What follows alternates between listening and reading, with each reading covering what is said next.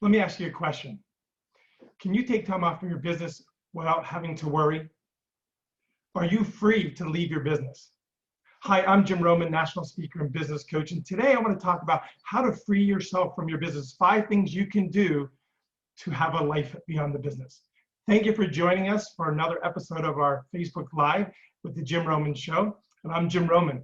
And I want to thank you for being here today.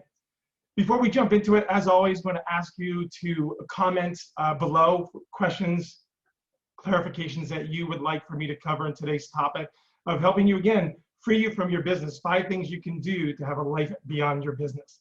I'm very excited about this topic because I find so often, if you are like me, business can be challenging, right? And you want to be able to get in the business, make a difference, but have a life in the process. And so often people don't have that. And so today I'm going to be talking about essentially freeing you up from their business. So let's jump into it. So again, if you have any questions, comments as we go through this particular topic, please comment below. You can message me and you can email me. My email address is questions@askjimroman.com if you want to go into deeper in any part of this topic today. So I find so often that people are a prisoner to their business. Now, for the last several years, we've been helping people go from micro to millions. And whether you're going to $250,000, $500,000, or $1 million or more in revenue, you have challenges. Again, whether you own the business or manage the business, I find those challenges can really rear their head, especially during these difficult times. So today, in hopes to helping you free you from your business, we hopefully will give you a tip or two to go to implement. And again, we're going to go into a lot of these things in detail. So again, feel free to look below, engage below, comment below. So let's jump into it. So what can you do to free you from your business so that you can take time off, so that you can find time for yourself, so that you can get more time, get more done by other people, and maybe even eventually enjoy your life beyond your business? So number one thing that you can do, and you maybe heard me say this in previous episodes, is to have a block schedule or a block calendar. This is one of the ways of finding more time or saving more time. I wrote a recent article on this on my blog at jimromanonline.com on saving time. You can't make more time, you can't control time, and you can't stop time, but you can actually save time, freeing you up to do more or hopefully do less. And block timing is a way of going about that. It comes from several books that we've read. One of the books is The Power of Full Engagement by Jim Lohr. And in the book, he doesn't talk about time management, he talks about energy management. In other words, super successful people manage their energy, not their time. And I find so often we try to push ourselves through a project, push ourselves through the day.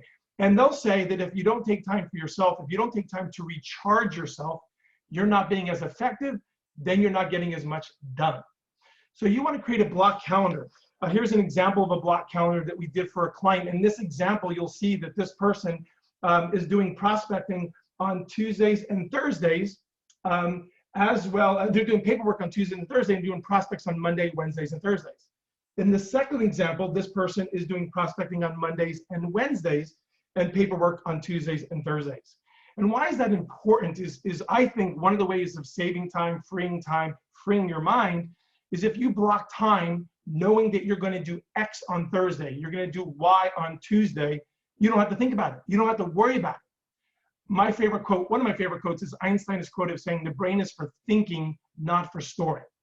The brain is for thinking, not for storing. So often we manage our life, we manage our job, we manage our businesses in our head, and that's not good. I remember when I started getting things down on paper, it freed up my thoughts, which then increased my creativity.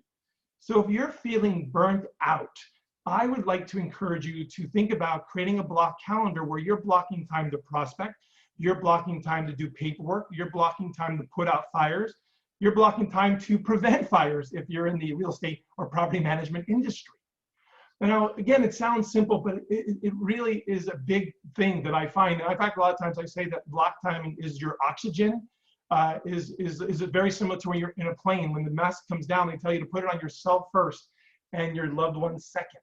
Because if you don't take care of yourself, manage your time, then you're not going to get the kind of results that you want in your business, outside your business, in your life, and with your teams.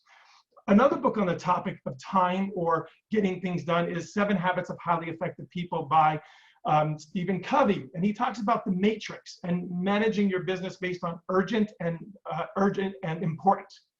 And he talks about in his book that we're so often pulled away by the non-urgent and by the non-important that it gets in the way of us getting what's done that's important.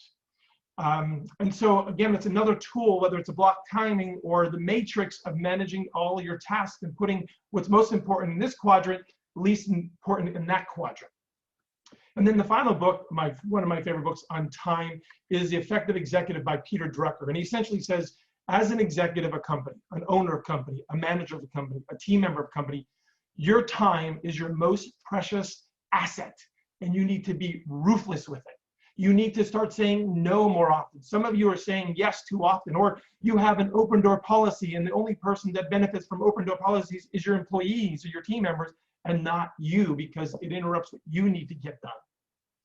And so if you're going to start to free up yourself from your business, again, whether you manage or own the business, one of the first things I would consider you doing is looking into blocking your time in small increments, whether it's an hour here and an hour there, for yourself, for your business, for your family, and for your team. I believe, and I have experience with this, that if you start to do that one thing, you'll start to not only survive, but start to thrive during these difficult times. And it's important, again, when you're blocking time, to block time for yourself, so that you can recharge yourself, rejuvenate yourself, because it makes a big, big difference. Number 2, the second thing you can do to be freeing your time from your calendar is, I could say it 2 ways. One of the ways of saying it is replacing yourself or getting yourself some type of assistance. And this is an important one for those control freaks out there. I used to be a control freak and I wanted to do everything myself, but I realized if I do everything myself, I can't make a bigger difference because I'm only one person. And so there are solutions, software, services out there that can free you up by getting stuff off of your plate and putting it on somebody else's plate. One of those such services that I love, as an example, if I start to replace myself, in other words, getting pieces and parts of my profession off my plate, it makes the biggest difference. And one of those is Calendly. Calendly is a scheduling software solution that it took me a while to implement, only because I was stubborn. I like the old paper type of schedule. I like making the calls, but I realized to schedule a couple of appointments took me 2 to 3 days. You know, when you call somebody, get their voicemail, they call you back, get your voicemail, or you send them an email, they send you an email. Trying to match up calendars via voicemail or email is very, very, very challenging. And so someone turned me on to Calendly. I set it up. Actually, my assistant set it up. I sent out the links to schedule it. And by no joke, overnight, I sent out 7 invitations to schedule with me. And 4 of them were scheduled by that morning without me being there. I was sleeping while that happened. And then the other 3 came in later that day. And I was like, oh my God, this is something, the best invention ever. And there's other softwares out there or solutions out there. But if you're still doing your own scheduling, I would consider a solution like Calendly, because again, it does the work for you. You just set it up, send it, forget it. And next thing you know, it sets up the appointment. It sets it via Zoom call, in person, and it sends out reminders if you want to. I've had so often people say, hey, thanks for the reminder. I'm like, what do you mean reminder? Oh, yeah, Calendly. And so the point here is, if you're not looking to get things off your plate by automating, systematizing your business, it's not going to free you for the future. So I would consider getting things off my plate, delegating things, giving it to other people. Another example of putting yourself out of a job or letting go to grow is Upworks and Fiverr. I don't know if you're familiar with Upworks and Fiverr. I was introduced to this a couple of years ago, and these are contractors for as little as $5 up to $500, depending on what you need done, that will do the work for you, whether you need to create a logo, a brochure, an infomercial, a PowerPoint, anything that you can think of, these independent contractors can do it. The reason it's called Fiverr, because some of the projects start at $5. And what's really cool about that is that you can try it before you buy the full package. So if you need a logo, you probably get one for $5. Now, you're not going to get the high resolution at $5, but you're going to get the concept for $5. And then for $50, you can probably get it printable. And for $100, you can probably get it that is used on your website. Upworks is very similar service as well. They have copywriting services, transcription services, the point here is if you're not looking to get an assistant, as I've said in previous live events and on our blog, then look at other solutions like Calendly software or Upworks and Fiverr contractors. But for me and I were you, I would start to think about, what do I hate doing that I want to get off my plate? What is it that I don't enjoy doing, but I can give to somebody else? Or better yet, there's other people who love to create logos, love to do copywriting, love to write stuff. You can give this to them for little to no money. Now, if you wanted to go to the next level of getting things off your plate, getting other people to do the work, a great service is virtual assistants. Virtual assistants are like having an employee, except they're virtual. In this case, hiring smart virtual employees is one of the ones that I would suggest. What I love about hiring smart virtual employees is that they have the employee. They manage the employee. Essentially, they find the employee, they train the employee, and then you get them. And if you don't like the employee, you just tell them, I don't like them, give me another one. And that's really cool about using virtual services, because so often when I hire myself, if I don't like them, I gotta fire them. And then I gotta hire again, and then I gotta fire them again. And it doesn't always work out. And if you've ever fired somebody, it is not the best feeling. But having companies like Hiring Smart Virtual Employees or virtual assistant businesses, they do a lot of the lion's share for you. You tell them what you're looking for, tell them what you want them trained in, and they do that work for you. Come on board, and they start to help you. And so I would highly recommend looking into services like that. Again, the key thing is not doing everything yourself. So looking at hiring people like that. So before I go into the third thing that you could be doing to free up your business, I just want to recap what we talked about now and then look at the comments below. Maybe you have a question or a comment. I know Dawn is monitoring this, so she might want to chime in as well. The concept is this, is that so often we are prisoners to our business, whether we own the business or we manage the business. If we take time off, we feel guilty. If we take time off, we come back to many, many fires. And it doesn't have to be that way anymore. The key thing is to start to figure out how you can manage your schedule, your time as it relates to blocking things, saying no more often, and having a closed door policy. Second is using services like I mentioned just a moment ago to get things off of your plate. One of the first things I got off my plate many, many years ago, you probably heard me story, is bookkeeping. I hated bookkeeping, I hated my taxes, and 20 years ago, I got that off my plate, and it was the best investment I ever did, was have somebody else who loves bookkeeping. I hated bookkeeping. That gave them employment from an independent contractor perspective. I didn't have to do it, and at the end of the year, to this day, my taxes are done on time, I get my refunds on time, and it was the best investment. Fast forward to today, I have an assistant. She helped me set up Calendly. By setting up Calendly, I can send out links. Now, actually, she sends out the link within 24 hours. In a lot of cases, people are already scheduled. For example, I sent this out last night. This morning, I woke up to an appointment at 1 o'clock today. So all I do is show up from 1 o'clock, turn on my Zoom call, and I'm done. And then last example is using independent contractors like Upworks, Fiverr, or virtual companies that are out there to do a lot of the work for you. And if you don't like it, you go get a new one. If you don't like it, you get a new one. And you don't have that firing kind of feeling because it's not your employees, it's their employees. And that's very, very, very powerful. So that's the second thing that I would do. So before I move on to 3, 4, and 5, I just want to take a look at the comments, see what you're thinking, what can I address for you, and things like that. So as I look at that, give me a moment. As always, if you have questions, comments, or anything you want to clarify, respond in the information below. So, question. I saw the books, The 7 Habits of Highly Effective People and The Effective Executive. What was the first book you recommended? The Power of Full Engagement by Jim Allure. Power of Full Engagement. What's really cool about this book, as I mentioned before, they talk about time management isn't the secret to success, but energy management. And they did a study with top athletes, specifically tennis players, and they wanted to know why tennis players, the best of the best, are able to do a match for 4 hours straight. And for the less successful people, they weren't as good. And what they found out is that they could manage their energy. They were able to lower their heart rate between every serve, before every set. And they talk about how can you increase your energy capacity so that you can handle more. And one of the ways that we've taken the principle is applying it to a block calendar, where we find if you focus on one thing for a period of time, the odds of you achieving it is 97%. If you're only doing one thing at a time, one category at a time, the odds of you achieving it, it's 97%. Multitasking is a myth. It's been proven it's ineffective. It's really called switch tasking, where you're doing something 10%, another thing 10%, another thing 10%. Nothing gets done 100%.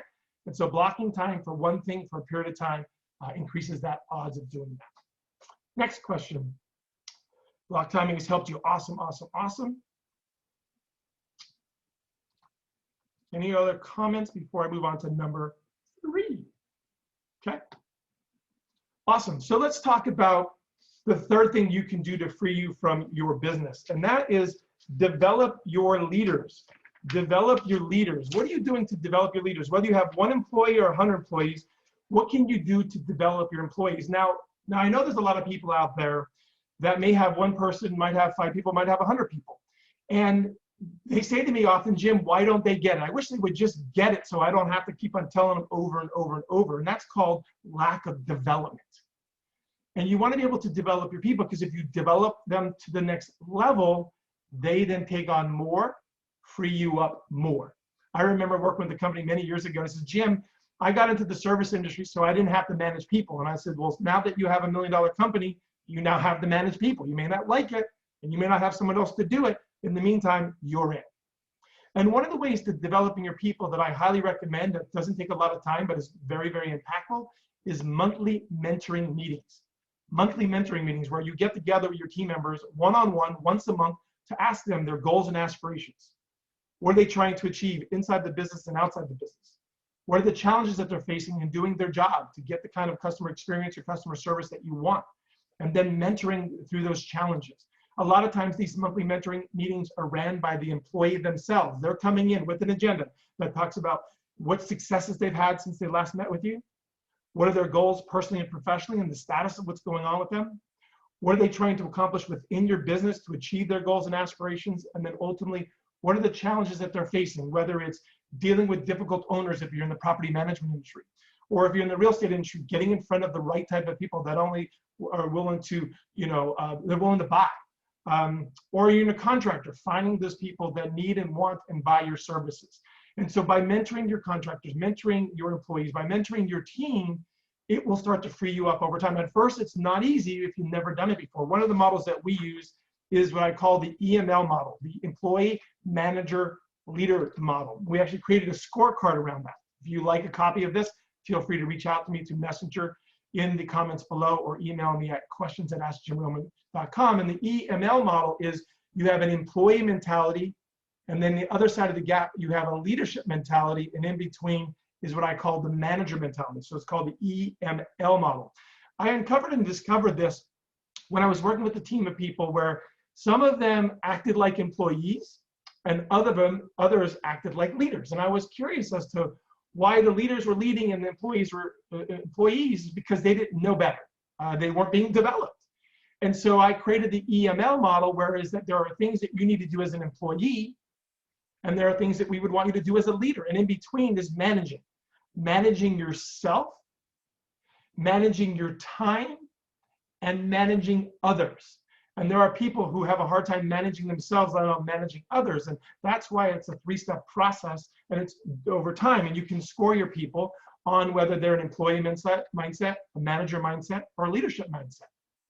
But ultimately, what I believe in freeing you from your business and looking through the succession beyond the business so that you're freed up to do the things you want to do is taking the time to develop your people. Have people, whether it's independent contractors, virtual employees, or actual employees or team members, and developing them. Because I believe if you develop them now, you'll have the time in the future. So I want to look at the comments that you have below. If you're getting to this recording and this is no longer live, please don't hesitate to comment even after this event, because I look at all of these every 3 days to double check, make sure no one had any questions, comments that they would want me to address. So please feel free to do that.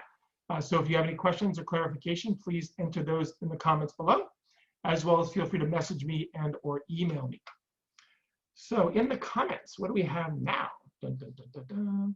Question, I saw that you said that. So that was the other book, we had that. Cool, good. Awesome. So let's move on to the 4th thing that you can do to free yourself from your business. This is going to be an interesting statement, so I'm going to take my time. I know I'm a little excited about today's topic, because if you know my story, my dad passed away of a heart attack at 62, and my dad, when he died, the restaurant my parents owned died. And I feel that people are dying every day in their business, and they're putting their life on hold. And I don't recommend you do that. You should enjoy the journey every chance you get. So the fourth thing that you can do to free you from your business is to actually take time off. Let me say that again, is to actually take time off. And let me give you several examples. I was working with a closing attorney years ago in Richmond, Virginia. We'll call him Frank for conversation's sake. And Frank was in one of our programs, 90 Days to Doubling Your Results, designed to double the number of appointments you have, the number of sales that you have. And Frank was doing very, very, very well in this Double Your Income program, Double Your Results program. And he came back to one of the sessions, one of our mastermind sessions. He says, Jim, I figured out how to double my business. And I was like, okay. And Frank can be very funny. And Frank goes, I went on vacation last week and my business grew. So I'm just going to take the rest of the year off. And he laughed. And I sort of said, I think that's a pretty good idea, Frank. And he's like, what? I'm joking. I'm like, I'm not joking. And he sort of, what do you mean? I said, sometimes when we take time away from our teams and allow them to do their jobs, they do a really good job. I was just talking to someone this past week, same thing. They were working from home. They didn't go into the office. They were too busy with this particular project. And guess what? Things got done. See, so often we think that we have to be around all the time. We have to micromanage, and I don't think we do. That being said, some of you might not be in a place where you can take time off because you are the business, but I would suggest that you at least take one day a week off. Whether you are a believer in God or not, there's a day of rest, and there's a design to that, whether you believe it biblically or physically. I know for myself, the way I work is I work a lot Monday through Friday. I think a lot Monday through Friday. I make an impact a lot through Monday through Friday. And if I don't have an equal amount of time to recuperate myself, as it mentions in the book, The Power of Full Engagement, then I'm going to be not as strong, as focused, as effective the following week. And I didn't want to believe this, to be quite honest with you, but I remember so often where I would work really hard Monday through Friday. I'd be in meeting after meeting after meeting, phone call after phone call, and then I would just crash on Saturday, right? Or I would work all the way to Saturday thinking, okay, Sunday, ooh, I'm going to get the rest of the stuff, and then I'd crash on Sunday. And I heard this story that you need you need quality amount of rest and recuperation to compensate for the amount of work that you put in. In other words, if you work 70 strong, hard hours, you're going to need a counter to that, rejuvenate. Now, you're not going to need 70 hours to 70 hours. You might just need 8 hours to recuperate or regenerate yourself. This is just a human nature thing. So if you continue to burn the oil, midnight oil, or burn the candle at both ends, eventually it's going to catch up to you. It's going to eventually get to you health-wise. And that's what happened to me. I started getting to a point where I had TMJ, started grinding my teeth at night. I wasn't getting quality sleep. I wasn't getting enough rest. And because of that, I wasn't being as effective as or successful as I could be. So the fourth thing I believe you could do is taking time off, even if it's just once a month. Just once a month. Start there. If you're a workaholic or if you're a controlaholic, which is a new word I made up, just taking one day a month for yourself to recuperate, or 1 hour a day to go for a walk. I promise you it will make the biggest difference. It shows it statistically. I've seen it time and time again. I've seen people where they would take a break at 10 and at 2, they would go for a walk. Or people would do yoga, or they would meditate, or they would pray. They would do whatever they need to do, but I believe and I know that taking time off, whether it's an hour a day, 1 day a week, 1 day a month, will make the biggest difference. You don't believe me? Try it and see what happens. And if I'm wrong, you call me and I'll come up with I'll figure out some way to fix that. Because I know personally, and with all the clients we've worked over the years, it makes the biggest difference. So taking time off, going on vacation, taking 1 weekend off a quarter, 1 month, 1 day out of a month at a minimum will make the biggest difference. And I promise you, you'll be recharged, you'll be rejuvenated, and you'll be able to do way more than you ever knew you could before. So again, I'll look at the comments one more time to see if there's any questions, clarifications before I finish up with the fifth thing you can do to free you from your business. So I don't see anything. I'll refresh my Facebook here. Let's see if I'm seeing anything.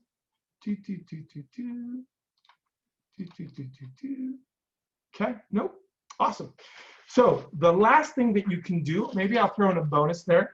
The fifth thing that you can do to free you from your business, be able to have a life beyond your business, is to develop your number two to think like number one. I'll say that again. developing your number 2 person to think like number 1. Now you're probably saying to yourself, Jim, I don't have a number 2 person. That's part of my point. Or nobody in my company can be my number 2. That's also my point. In other words, if you're going to free yourself from your business, you're going to have a future life beyond your business. You need to be thinking about who is going to take your place if anything were to happen to you.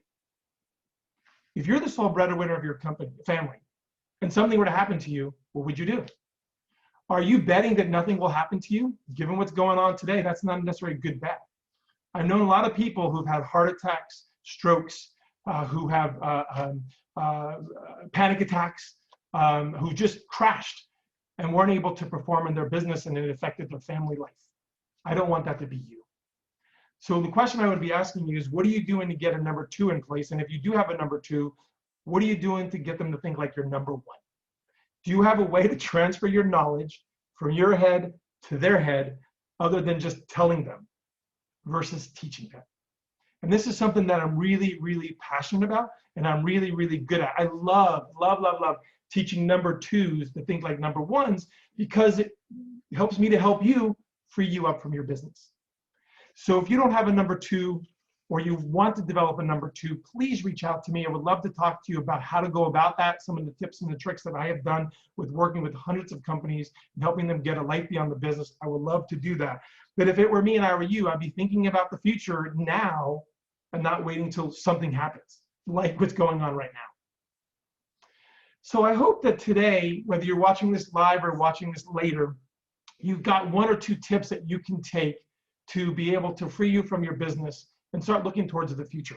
I highly recommend you look at the previous live. We talked about creating how you organize your business, how do you save time, what are the 9 stages of business ownership. We've covered a lot of those things in previous recordings, so please jump over to that. We'll eventually have these up on our YouTube channel as well. But if it were me and I were you, what I would be doing to be able to have a life beyond the business, or start to be able to live my life and enjoy my life, however you want to look at it, is number 1, start to say no more often.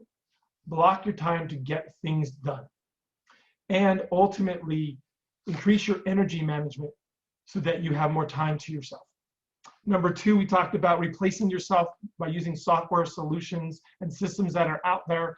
Don't be a workaholic, a controlaholic. Please, please, please delegate more. If you want to know more about that, we can send you an article on that if you want to.